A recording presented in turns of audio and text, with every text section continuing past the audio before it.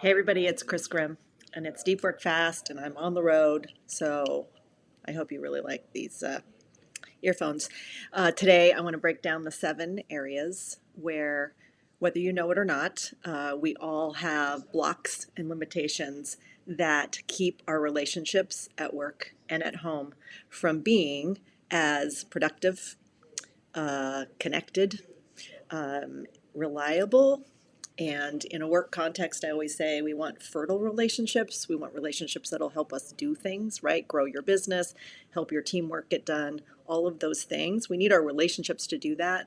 If I worked with you before in a work setting, you probably know that even when I'm working with a team, I talk about the relationships on the team between 2 people at a time, really, because that's how it works. The whole team doesn't have a relationship. We have relationships with each other, and it impacts the whole group. Same thing in your family, by the way, right? It's one on one, our relationships, and that impacts the whole. So, the reason I wanted to break this down is because it is really, really common for most people to default to concepts like trust, sometimes respect, but we don't get into all 7 of these, and that might sound like a lot. Heather Mission Control is going to put the blog link in the chat for us so that you can grab that. I have it all outlined there, and I also made you like a little worksheet with questions for each of the 7 areas so that if you want to do this work for yourself, or your team, or people at home, you can easily do that. I want to talk a little bit about each one though, because here's where I think we kind of missed the boat. And then in a work environment, it's not uncommon, right, for leaders like you or team members to go through team building activities, to go through team development, sometimes even mediation if people have conflict and they wonder why it doesn't work. And one of the reasons is because we try to maybe do 1 or 2 things, like looking at trust, for instance, or conflict as a whole. And because we don't dig into the 7 areas, we're missing some things. And there are what I call blocks or blockages that can live in each of these areas that if you learn to address it, look at the way you're thinking about things, where the blocks are for you, where the blocks are might be for the other people, and move those out of the way, then trust as a whole, or trust in the relationship, trust as on the team will actually work. But you can't skip the steps. And I know a lot of people want the easy way, or if we're in conflict, by the time they hire people like us to do the work, maybe the relationship's been broken for a really long time. So of course we want it to get done fast, but you really can't step. Hi, can't talk today. You can't skip the steps. So let's just talk about very, very quickly the 7 areas. Like I said, they're outlined in the blog, so you don't need to take notes. Some are going to sound really familiar. I'm sure you're used to working on them. One, of course, is trust. We can't move past that. Trust has to be one of the components. Each of us have different definitions or values personally about what it means to trust someone, what it means for other people to be trustworthy. Some of that is overt and obvious, some of it's not, right? So you need to know what your definitions are.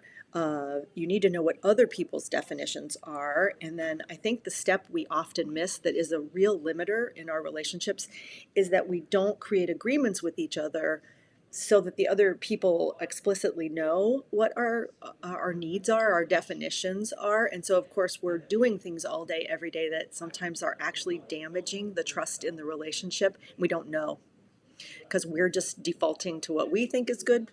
Other people are defaulting to their own definitions and what they think is trustworthy, and we can't all match, right? We come from different places. We have different experiences. We have different baggage, frankly. So trust is one of those areas. Of course, it's critical.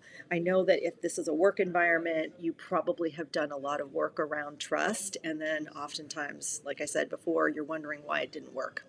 This could be one of the reasons. So don't skip that. Number 1 is trust. Number 2 is respect. This is another area where we all have different definitions of what it means to feel respected, to demonstrate respect for other people, to be disrespected. because we have different definitions, oftentimes it's happening and we don't know it. And we don't usually talk to people about this stuff until there's a problem. It's kind of a sad reality, right? We're moving too fast. And because we're moving fast and we need to get things done, we take a lot of things for granted. In coaching, what I hear about a lot is, disrespectful things being said and done, even in text or email, tone of voice, lack of responsiveness. Like, let's get super practical because this respect category, it's a big one, right? And like I said, there's little things that are happening all day, every day. And because we don't have time usually to give people feedback on every single micro action or situation that might be creating a situation where you feel disrespected, this tends to build up. And when I coach people, I'm often saying, like, let's look at that relationship and seeing how much residue or what's living in that relationship that hasn't been talked about. And if it goes for years and years and years, and you never give each other that feedback or make agreements about what feels respectful and disrespectful, then, like I said, all those little micro things, and oftentimes it really is those little small things, like how fast someone responds to you, or if they never respond to you, or if they never open the attachment you send an email, whatever. This is a big one, right? So number one, trust. Number two is respect. Number three is commitment. So at work and at home, we each have unwritten rules and definitions inside of us that we've learned in our lifetime about what it looks and feels like when people are committed. Let's talk about work. So at work, we often have goals. We have agreements and expectations with people. And we believe, because it's their job, that they should be committed to those things when they say they're going to do them. And you and I both know that doesn't always happen. And that is because different people display commitment and believe different things about them. So that third category is also important. You should know what it means to you. You should be explicit if you're a team leader or if you're a parent, right? Or if you're in a relationship with someone, talking about what it means to you and what it doesn't mean to you explicitly will help get rid of the limitations and the blocks in this area. But most of us, like I said, don't take time to do this until there's already a problem. So try to do this proactively. The fourth category is a little bit softer. It's empathy. This we teach in a lot of emotional intelligence, right? Learning to pay attention to how other people are feeling, how they've been impacted by situations. Having empathy for that means that you can acknowledge it, but you don't have to feel the same. So I'm not asking you to be sympathetic. I am not asking you to agree with it. But oftentimes what we miss when we have a relationship with people and we need it to be a synergistic relationship, right? Like so at work where you may say to yourself, I don't need them to like me and I don't like that person. Having empathy for them, starting to understand who they are, what's important, situations might be impacting them, and then acknowledging that. Like I said, you don't have to agree, but you might be able to just say to the person, wow, this really sucks for you. Or I can see that you don't love this, or you look really stressed out, right? Acknowledging how other people are feeling and giving and having empathy for them does actually build your relationship and remove blocks. They might say, okay, wow, that person's not the jerk that I thought they were. Or that person cares about me more than I thought they did. And that goes a long way with people. Right now, I believe in the world that we're in, where many people are feeling isolated, disconnected, even though many people like working remote.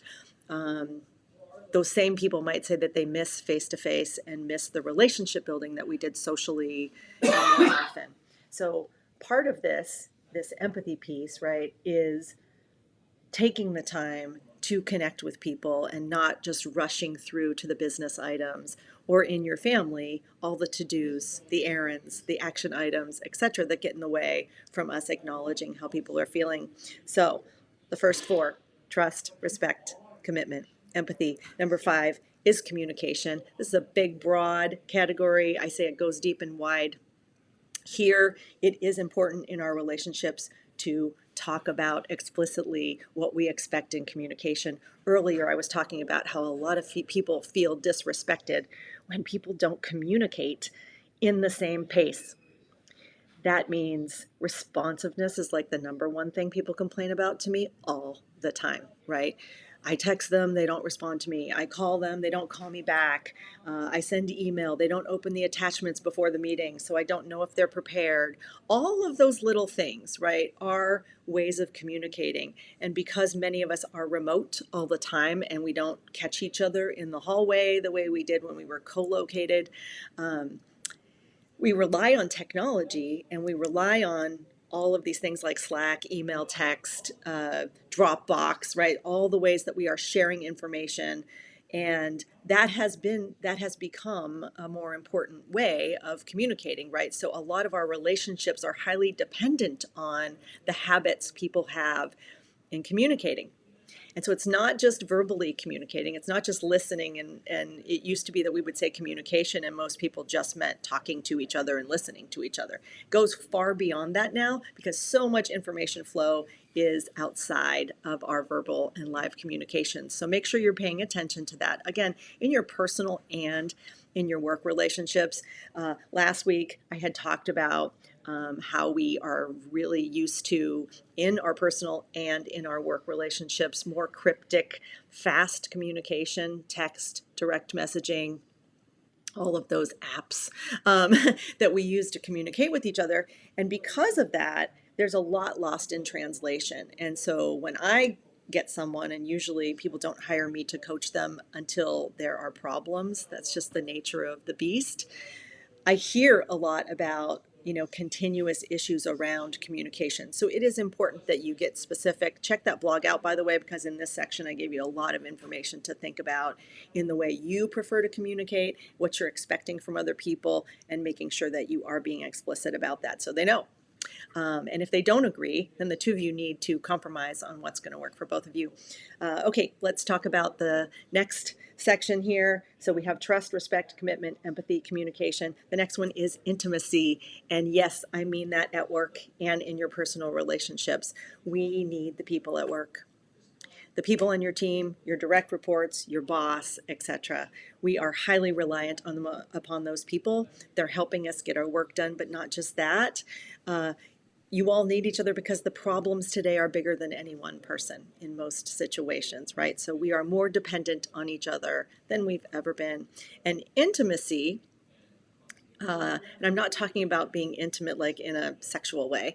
That might be in your relationship too. But in a work environment, intimacy is the people that you work with the most, having a small circle of people who you can communicate with no matter what, and trusting and respecting each other and having the agreements, which is why intimacy is down here as number 6.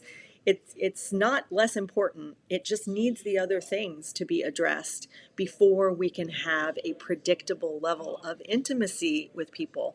Like, can I tell them the whole truth? Can I tell them something and trust that they're not going to tell anybody else when it's sensitive? That can be business information, it can be personal information, but we need those relationships. We're on this planet to function with other people. So this is really important. The last, but not least, category here is partnership. And this is an important one because I find that most people, if they lived in a family, they might have definitions. You have them, I have them, around what partnership looks and feels like. Like, what does it really feel like when someone's my partner? Again, this is at work and at home, so don't discount one as different than the other one. You have those definitions in your head. You have values around partnership. You may have a lot of fear around partnership because maybe people have betrayed you in the past, or maybe you experience and have watched people in the workplace or in your home when you were growing up have partnerships that weren't actually great. And so if that happened, you got to get that stuff out of there, and the way you do that is acknowledging it, right? It's looking at that, thinking about what unwritten and written rules you have around partnership, and then again being overt with other people about what you need and asking them what they need, so that your relationships aren't built on a whole bunch of guessing, trying to read each other's mind. That doesn't work, by the way, for most of us. Okay, so I've given you the 7: trust, respect, commitment, empathy, communication, intimacy, and partnership. I want you to grab that blog. I want you to read it. It takes about 5 minutes, and each of those for you to answer about what you need from other people, what you are not getting, and how you can approach it so that you can productive and reliable relationships with everyone. Okay, I said I was going to try and do under 20 minutes right now. Boom. All right, deep work fast. Go grab the blog, and I'll see you guys next week. Go get the blog.